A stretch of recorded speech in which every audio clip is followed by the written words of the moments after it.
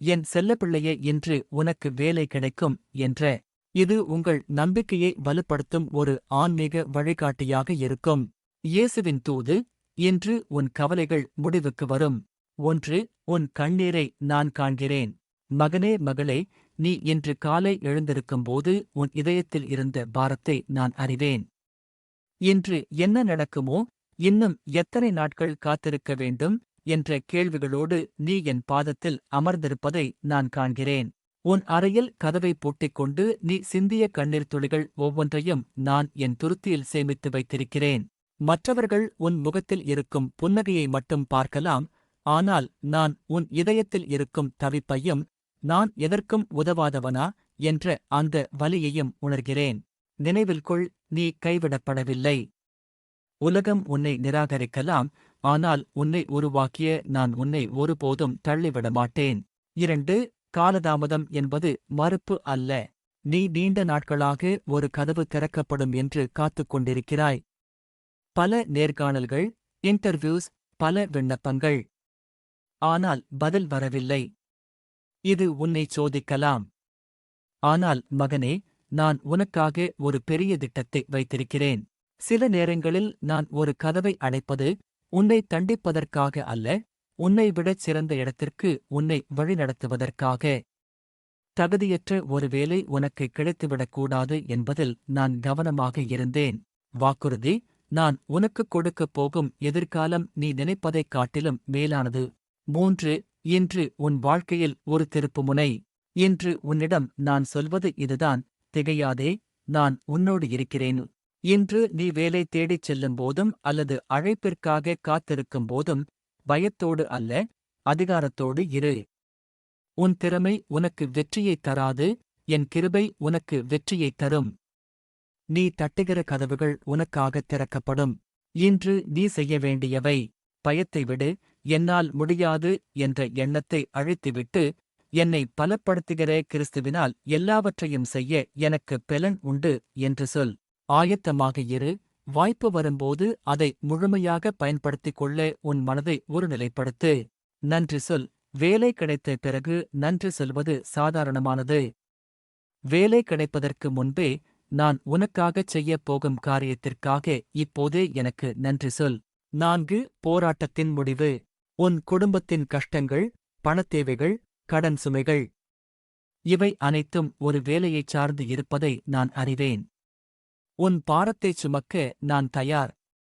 நீ ஒரு கூலியாளாக அல்ல, என் ராஜ்யத்தின் வாரிசாக அந்த இடத்திற்கு செல்லப் போகிறாய். உன் உழைப்புக்கு ஏற்ற பலன் இன்று உன்னை தேடி வரும். நீ இழந்த நாட்களை நான் இரட்டிப்பாக திருப்பித் தருவேன். நேர்காணலின் போது உனக்குத் தேவைப்படும் தைரியம். உன் உயர்வுக்குத் தடையாய் இருக்கும் தடைகளை உடைப்பது எப்படி? உன்னுடைய நம்பிக்கையை இன்னும் ஒரு படி மேலே கொண்டு செல்ல இது உதவும். இயேசுவின் தூது. உன் தகுதியை நான் அறிவேன். 5.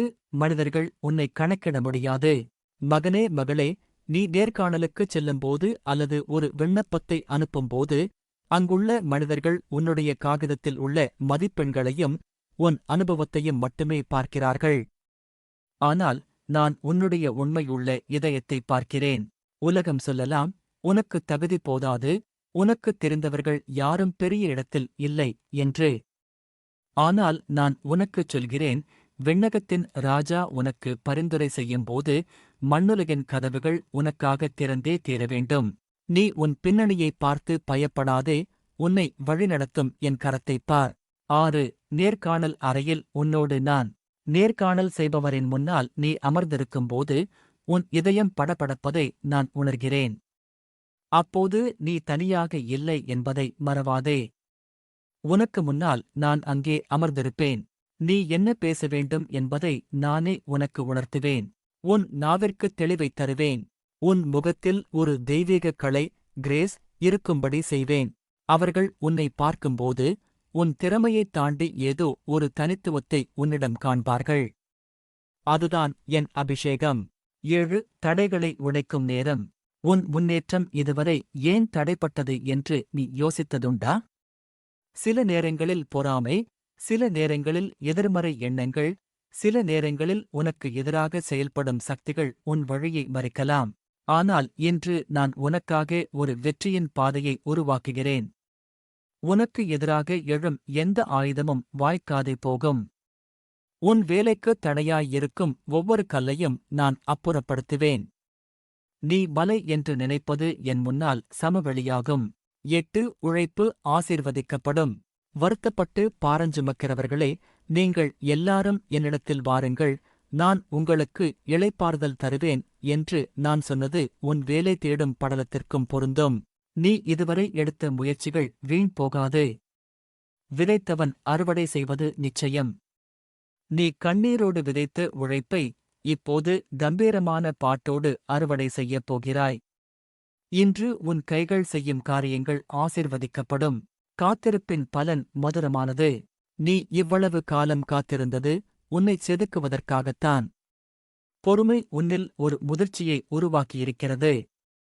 இப்போது உனக்கு கிடைக்கும் இந்த வேலை ஒரு தற்காலிகமான தீர்வாக இருக்காது, அது உன் வாழ்நாள் உயர்வுக்கான ஒரு அஸ்திவாரமாக இருக்கும்.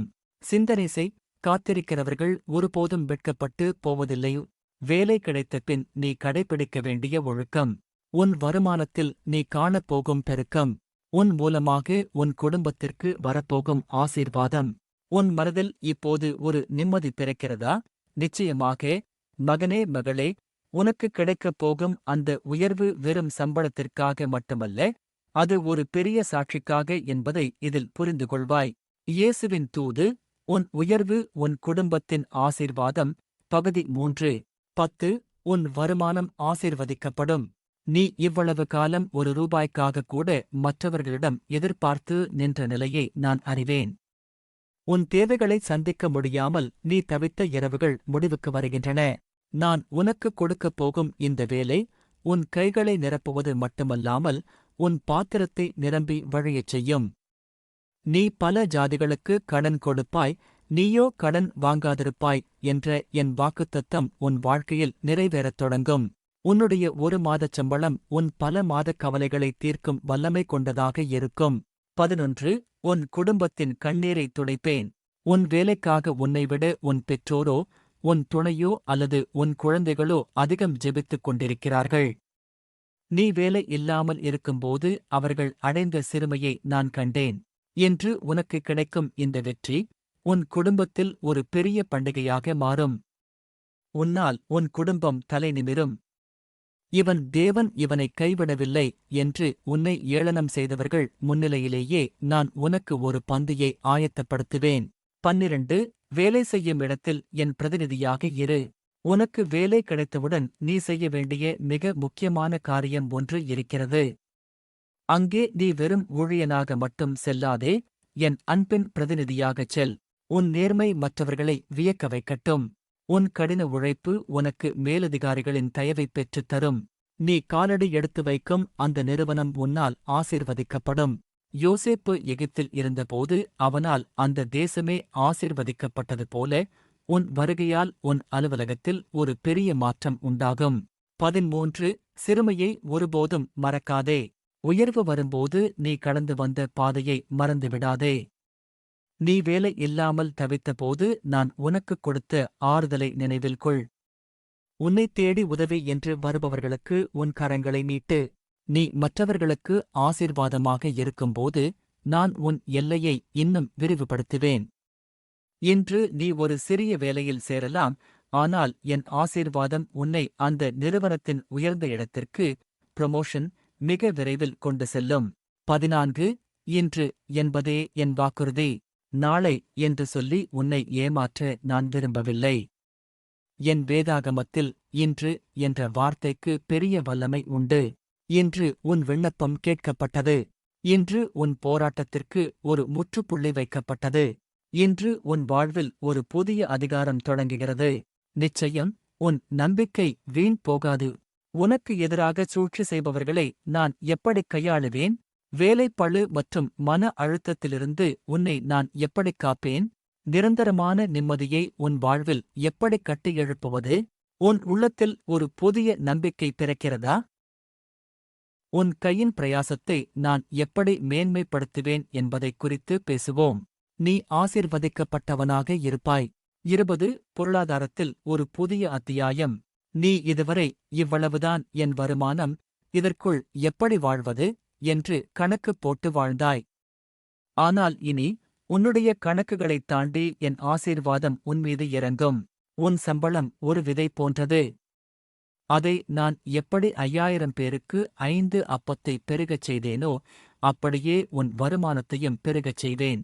தேவையற்ற செலவுகள், மருத்துவச் செலவுகள் மற்றும் வீணான நஷ்டங்களிலிருந்து உன்னை நான் வேலியடைத்துக் காப்பேன். உன் சேமிப்பு உயரும், உன் தேவைகள் அதிசயமான முறையில் சந்திக்கப்படும். 21 சமூகத்தில் உனக்கு கிடைக்கும் கௌரவம். வேலை இல்லை என்று உன்னை ஒதுக்கி வைத்தவர்கள், உன்னால் என்ன முடியும் என்று ஏளனம் செய்தவர்கள் முன்னிலையில் நான் உன்னை உயர்த்துவேன். நீ தேடிச் சென்ற இடங்கள் உன்னை தேடி வரும். உன்னுடைய நேர்மையும் உன்னுடைய வளர்ச்சியும் உனக்கு ஒரு நல்ல நற்பெயரை பெற்றுத் தரும். உன்னைச் சிறுமைப்படுத்தியவர்கள் உன்னுடைய உயர்வைக் கண்டு ஆச்சரியப்படுவார்கள். இவன் பின்னால் கடவுள் இருக்கிறார் என்பதை அவர்கள் உணரும்படி செய்வேன். 22 நீ மற்றவர்களுக்கு ஒளியாக இருப்பாய். நான் உனக்கு இந்த வேலையை தருவது நீ மட்டும் வாழ்வதற்காக அல்ல, உன் மூலமாக பலருக்கு நான் உதவி செய்யப் போகிறேன். உன்னைப் போலவே வேலை தேடித் தவிப்பவர்களுக்கு நீ ஒரு வழிகாட்டியாக இருப்பாய். உன் வருமானத்தில் ஒரு பகுதியை எளியவர்களுக்கு கொடுக்கும்போது உனக்கு நான் இன்னும் அதிகமாகத் தருவேன். உன் அலுவலகத்தில் கவலையோடு இருப்பவர்களுக்கு நீ ஒரு தேற்றுதல் அளிக்கும் கருவியாக இருப்பாய். நீ ஒரு ஆசீர்வாதத்தின் கால்வாயாக, சேனல் ஆஃப் பிளெஸிங் மாறும்போது என் கிருபை உன்னில் இன்னும் அதிகமாகப் பெருகும். 23 என் வார்த்தை மாறாதது. மனிதர்கள் வாக்கு கொடுத்து மாறலாம், ஆனால் நான் சொன்னதைச் செய்து முடிப்பவன். இன்று உனக்கு வேலை கிடைக்கும் என்று நான் சொன்னால் அது வானம் பூமி ஒழிந்து போனாலும் என் வார்த்தை ஒழியாது. உன் இதயத்தில் இருக்கும் பயத்தைத் தூக்கி எறி. இன்று நீ நேர்காணலுக்குச் சென்றாலும் சரி, அல்லது பதிலுக்காக காத்திருந்தாலும் சரி, வெற்றியின் செய்தியை நீ கேட்பாய். உன் செவிகள் இதோ நற்செய்தி என்ற சத்தத்தைக் கேட்கும். 24 முடிவல்ல, இது ஒரு ஆரம்பம். இது உனது இறுதி இலக்கு அல்ல, இது ஒரு தொடக்கம்தான். இன்று நான் உனக்குத் தரும் இந்த வேலை ஒரு சிறிய படிக்கட்டு. இதிலிருந்து உன்னை இன்னும் பெரிய உயரங்களுக்கு நான் கொண்டு செல்வேன். வாக்குறுதி: சிறிய காரியத்தில் உண்மையுள்ளவனாயிரு, உன்னை பெரிய காரியங்களுக்கு அதிபதியாக்குவேன். அடுத்த பகுதிக்கு பார்ட் 6. 6ஆம் பகுதியில் நாம் ஆழமாகப் பார்க்கப் போவது உன் வேலையில் உனக்கு கிடைக்கப் போகும் பதவி உயர்வுகள், ப்ரமோஷன்ஸ். அலுவலகத்தில் நிலவும் அரசியலை முறியடிப்பது எப்படி? உன் வாழ்நாள் முழுவதும் நிலைத்திருக்கும் நிம்மதியை நான் எப்படித் தருவேன்? உன் நம்பிக்கை இப்போது முழுமையடைகிறதா? அடுத்த பகுதியைத் தொடரலாமா? நிச்சயமாக. மகனே, மகளே, இதோ உனக்கான 5ஆம் பகுதி, பார்ட் 5. உன் கையின் பிரயாசத்தை நான் எப்படி மேன்மைப்படுத்துவேன் என்பதைக் குறித்து பேசுவோம். இயேசுவின் தூது: நீ ஆசீர்வதிக்கப்பட்டவனாக இருப்பாய். பகுதி 5. 20 பொருளாதாரத்தில் ஒரு புதிய அத்தியாயம். நீ இதுவரை இவ்வளவுதான் என் வருமானம், இதற்குள் எப்படி வாழ்வது என்று கணக்கு போட்டு வாழ்ந்தாய். ஆனால் இனி உன்னுடைய கணக்குகளைத் தாண்டி என் ஆசீர்வாதம் உன்மீது இறங்கும். உன் சம்பளம் ஒரு விதை போன்றது. அதை நான் எப்படி 5000 பேருக்கு 5 அப்பத்தை பெருகச் செய்தேனோ அப்படியே உன் வருமானத்தையும் பெருகச் செய்வேன். தேவையற்ற செலவுகள், மருத்துவச் செலவுகள் மற்றும் வீணான நஷ்டங்களிலிருந்து உன்னை நான் வேலியடைத்துக் காப்பேன். உன் சேமிப்பு உயரும், உன் தேவைகள் அதிசயமான முறையில் சந்திக்கப்படும். 21 சமூகத்தில் உனக்கு கிடைக்கும் கௌரவம். வேலை இல்லை என்று உன்னை ஒதுக்கி வைத்தவர்கள், உன்னால் என்ன முடியும் என்று ஏளனம் செய்தவர்கள் முன்னிலையில் நான் உன்னை உயர்த்துவேன். நீ தேடிச் சென்ற இடங்கள் உன்னை தேடி வரும். உன்னுடைய நேர்மையும் உன்னுடைய வளர்ச்சியும் உனக்கு ஒரு நல்ல நற்பெயரை பெற்றுத் தரும். உன்னைச் சிறுமைப்படுத்தியவர்கள் உன்னுடைய உயர்வைக் கண்டு ஆச்சரியப்படுவார்கள். இவன் பின்னால் கடவுள் இருக்கிறார் என்பதை அவர்கள் உணரும்படி செய்வேன். 22 நீ மற்றவர்களுக்கு ஒளியாக இருப்பாய். நான் உனக்கு இந்த வேலையைத் தருவது நீ மட்டும் வாழ்வதற்காக அல்ல, உன் மூலமாக பலருக்கு நான் உதவி செய்யப் போகிறேன். உன்னைப் போலவே வேலை தேடித் தவிப்பவர்களுக்கு நீ ஒரு வழிகாட்டியாக இருப்பாய். உன் வருமானத்தில் ஒரு பகுதியை எளியவர்களுக்கு கொடுக்கும்போது உனக்கு நான் இன்னும் அதிகமாகத் தருவேன். உன் அலுவலகத்தில் கவலையோடு இருப்பவர்களுக்கு நீ ஒரு தேற்றுதல் அளிக்கும் கருவியாக இருப்பாய். நீ ஒரு ஆசீர்வாதத்தின் கால்வாயாக மாறும்போது என் கிருபை உன்னில் இன்னும் அதிகமாகப் பெருகும். 23 என் வார்த்தை மாறாதது. மனிதர்கள் வாக்கு கொடுத்து மாறலாம், ஆனால் நான் சொன்னதைச் செய்து முடிப்பவன். இன்று உனக்கு வேலை கிடைக்கும் என்று நான் சொன்னால், அது வானம் பூமி ஒழிந்து போனாலும் என் வார்த்தை ஒழியாது. உன் இதயத்தில் இருக்கும் பயத்தைத் தூக்கி எறி.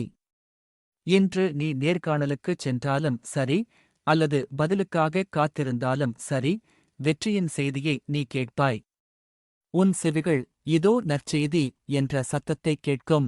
24 முடிவல்ல, இது ஒரு ஆரம்பம். இது உனது இறுதி இலக்கு அல்ல, இது ஒரு தொடக்கம்தான்.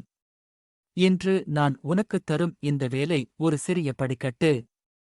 இதிலிருந்து உன்னை இன்னும் பெரிய உயரங்களுக்கு நான் கொண்டு செல்வேன். வாக்குறுதி: சிறிய காரியத்தில் உண்மையுள்ளவனாயிரு, உன்னை பெரிய காரியங்களுக்கு அதிபதியாக்குவேன். உண்மையுள்ளவனாயிரு, உன்னை பெரிய காரியங்களுக்கு அதிபதியாக்குவேன்.